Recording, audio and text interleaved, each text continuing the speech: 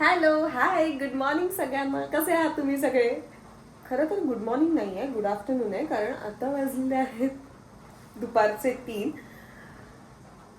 आत्ता मी जस्ट बाहेरून आले आणि हा व्हिडिओ म्हणजे हा जो माझा व्लॉग आहे तो करण्यामागचं सर्वात महत्त्वाचं आणि खूप भारी कारण म्हणजे माझ्या घरी सत्यनारायणाची श्रावणातली पूजा मी घालायचं ठरवलं आहे आणि त्याच्यासाठीची माझी तयारी आणि पूजा हा तो सगळा व्लॉग असणार आहे.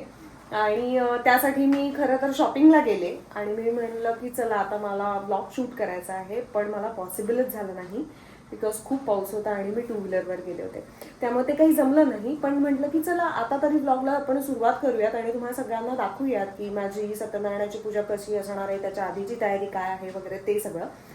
पण आता माझं एक कोलॅबरेशन आहे. म्हणजे योगिता ही माझी एक मैत्रीण आहे आणि ती खूप उत्तम मेहंदी आर्टिस्ट आहे आणि आम्ही खूप दिवस झाले ठरवत होतो की आपण मेहंदी काढूयात, पण त्याचं निमित्त ठरत नव्हतं. तर ते ठरलं, मी तिला म्हटलं चल माझ्या घरी उद्या सत्यनारायणाची पूजा पण आहे तर आपण मेहंदी काढूयात का. तर तीही यायला लगेच तयार झाली आहे.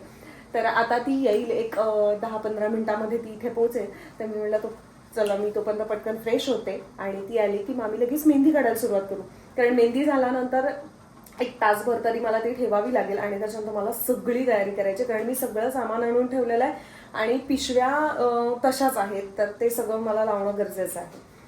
तर चला आता ती येईन तर मी पटकन फ्रेश होते.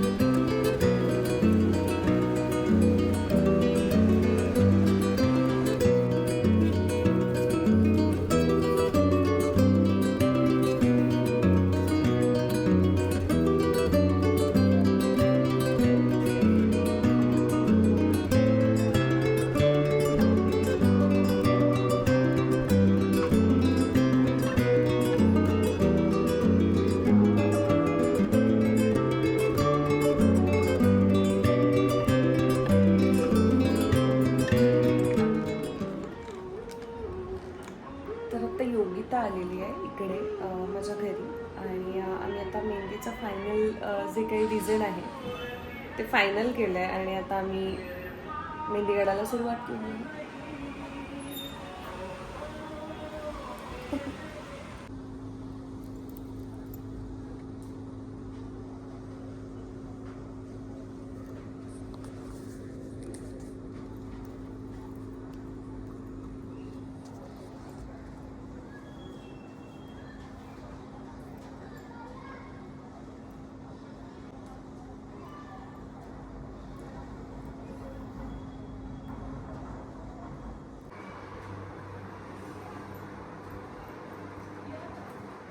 ही आमच्या आता एका हातावर मेहंदी काढून झाली आहे मस्तपैकी.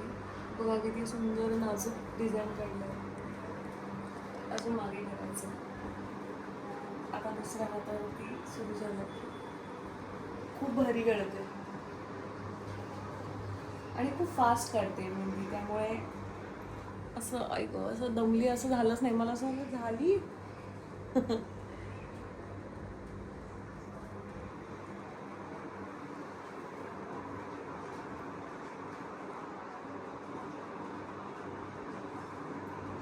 जर तुम्हाला पण कोणाला मेहंदी काढायची असेल, म्हणजे लग्न असेल असं काही नाही, रॅन्डम पण कोणालाही मेहंदी आवडत असेल आणि असंच वाटलं की चला आता पण काढायला पाहिजे मेहंदी, तर प्लीज तुम्ही सगळ्यांनी योगिताचं जे इन्स्टा हँडल आहे ते मी तुम्हाला डिस्क्रिप्शनमध्ये देते, तर तिला कॉन्टॅक्ट करा. कारण ती खूप फास्ट मेहंदी काढते, त्यामुळे तुम्हाला खूप वेळ बसून राहावं लागणार नाही आहे आणि तुम्हाला हवं ते डिझाईन तुम्ही तिला पाठवा आणि तिच्याकडून तसं सेम डिझाईन काढून द्या.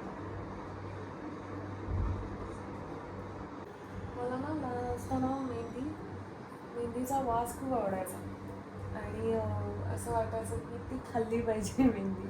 खरंच मला वाटायचं. आणि एक दिवशी असंच कुठल्या तरी एका ताईने काढले आणि मला असं आलं की खाऊन नको का खाऊ नको, तर मी एक असा तुकडा घेतला जे पुढे बोटं रंगवायचं तेव्हा लहान असताना. तर मला असं खाऊन बघितलं होतं. प्रचंड कडू लागते पण खायची इच्छा होते. जसा मातीचा सुगंध आल्यानंतर माती खावीशी वाटते तसं मेहंदीचं होतं.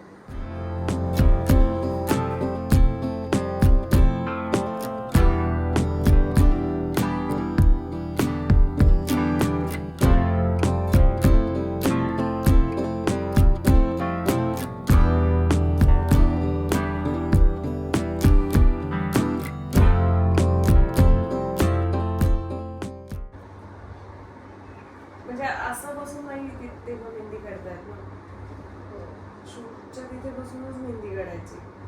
सिंगाला परत जायचं.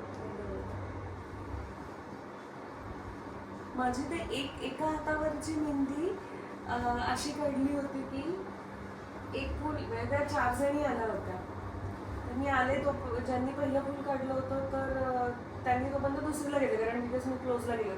पण त्यानंतर दुसऱ्यांनी माझ्या हातावर दुसरं फुल काढलं. असं करत करत 4 जणींनी वेगवेगळी फुलं काढून माझी मेहंदी कम्प्लीट केली होती.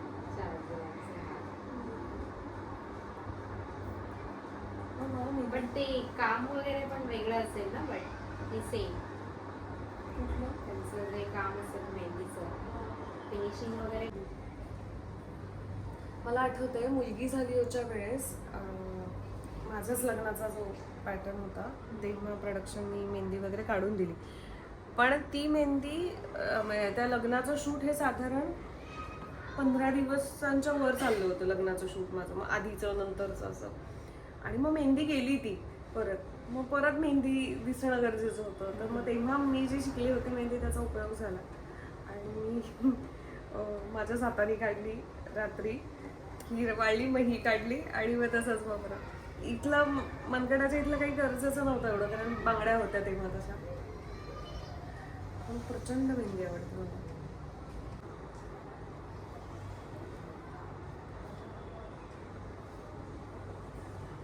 माझ्या मावशीचा का कोणाचा तरी किस्सा आहे, बहिणीचा काय तर मला आता नीट आठवत नाहीये. लहान असताना नागपंचमीच्या आदल्या दिवशी सगळ्यांनी मेहंदी काढली होती आणि माझ्या आईचं असंच काहीतरी होतं.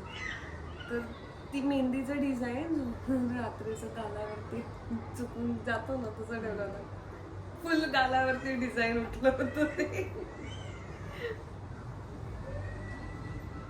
आता तो हे नाही राहिला की रात्रभर मेहंदी ठेवायची अशी, मग ती सगळं गादीमध्ये ते काळं काळं पडलेलं असायचं मेहंदीचं. थोडी वाळली की काढून टाकतात सगळे, कारण ते रंगतात.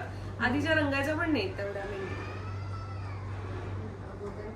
पानं असायची ना, आता कसं ऑइल. हा बरोबर.